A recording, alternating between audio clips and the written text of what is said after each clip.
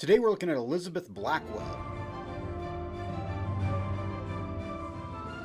Hello, welcome to the Daily Bellringer. Please don't forget to subscribe and take a look at the questions down in the description. Also, don't forget to go to dailybellringer.com to find more resources that go along with some of these videos.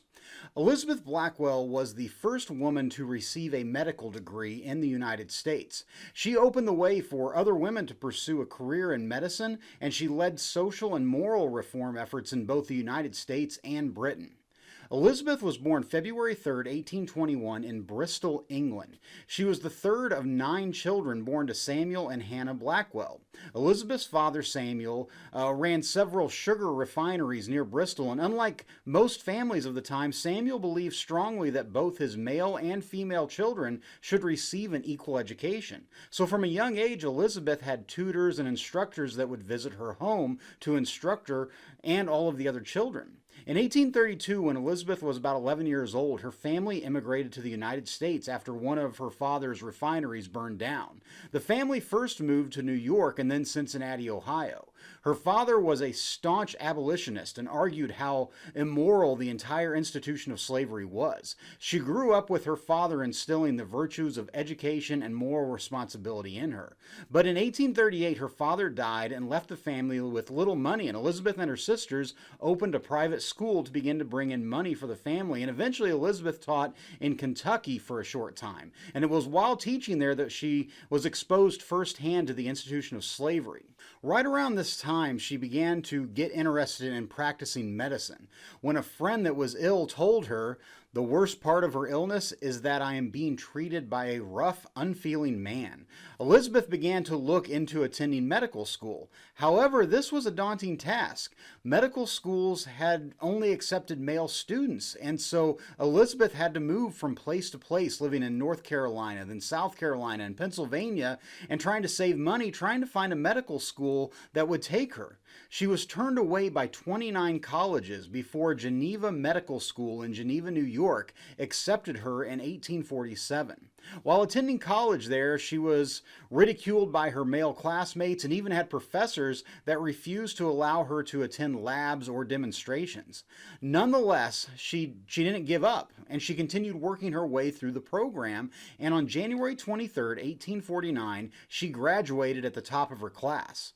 With this degree, she was now the first woman in the United States to have a medical degree and qualify as a medical doctor. She then furthered her education in France, where she again had to overcome discrimination against women entering the medical field.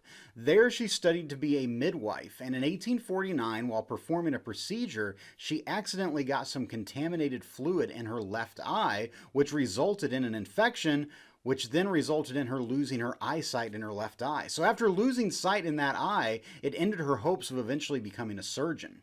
Elizabeth returned to New York, and along with her sister Emily, who had also gotten a medical degree by this point, they opened a medical practice called the New York Infirmary for Indigent Women and Children in 1857. By the time the Civil War began in 1861, Blackwell's practice in New York had also become a nursing training center. Elizabeth was a strong supporter of the Union, especially with her abolitionist ideals, so throughout the war she aided in training nurses to help with the war effort. And by 1869, Elizabeth and her sister Emily had some disagreements. And so Elizabeth moved to England, hoping to promote women in medical education there. In 1874, she helped in opening the London School of Medicine for Women. In 1877, she retired from the school and medicine. And it was in her retirement that she began to fight for social reform. She argued in favor of women's rights, sanitation efforts, and preventative medicine. She urged Christian morality be used in medical practice. In 1907, while on a vacation in Scotland, she fell down a flight of stairs, which left her severely physically and mentally disabled. A few years later, on May 31st of 1910, she died after suffering a stroke at the age of 89.